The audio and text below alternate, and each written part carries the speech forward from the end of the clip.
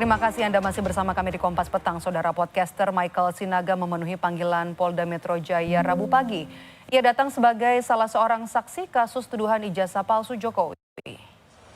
Michael Sinaga mengaku terkejut saat menerima surat pemanggilan Polda Metro Jaya untuk mengklarifikasi kasus tuduhan ijazah palsu Jokowi. Michael merasa dirinya tidak pernah melakukan analisa terkait ijazah palsu Jokowi. Ia hanya pernah mengundang beberapa narasumber seperti Roy Suryo untuk memberi ruang penjelasan soal keaslian ijazah Jokowi melalui YouTube Sentana TV.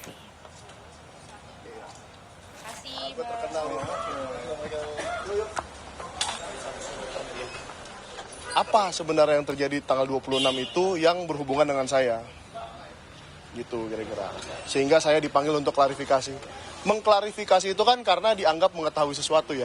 Mungkin saya pernah mengundang Roy Suryo, orang-orang yang katanya terpanggil juga ya, akan dipanggil juga. Saya pernah memanggil Roy Suryo, saya pernah memanggil Dr. Tifa dalam podcast saya, tetapi tidak di tanggal 26 dan saya tidak tahu peristiwa apa yang terjadi di tanggal 26. Sehingga ya masih saya sama bingungnya dengan Mbak ini sekarang hari ini. Setelah memeriksa saksi pelapor dan menerima bukti-bukti dugaan kasus penghasutan dan kegaduhan publik terkait tuduhan ijazah palsu Presiden ke-7 Joko Widodo, Polres Jakarta Selatan berencana akan memanggil Roy Suryo untuk diperiksa sebagai saksi terlapor. Selain Roy Suryo, polisi juga akan memeriksa Tifa Fauziah dan Rismon Sianipar selaku terlapor dalam kasus ini.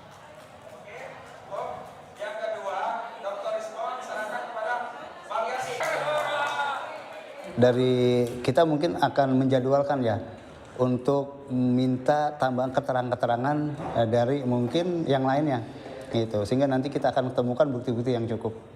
Jadi nanti Pak Roy Suryo rencananya dipanggil setelah apa nih Pak Kasih?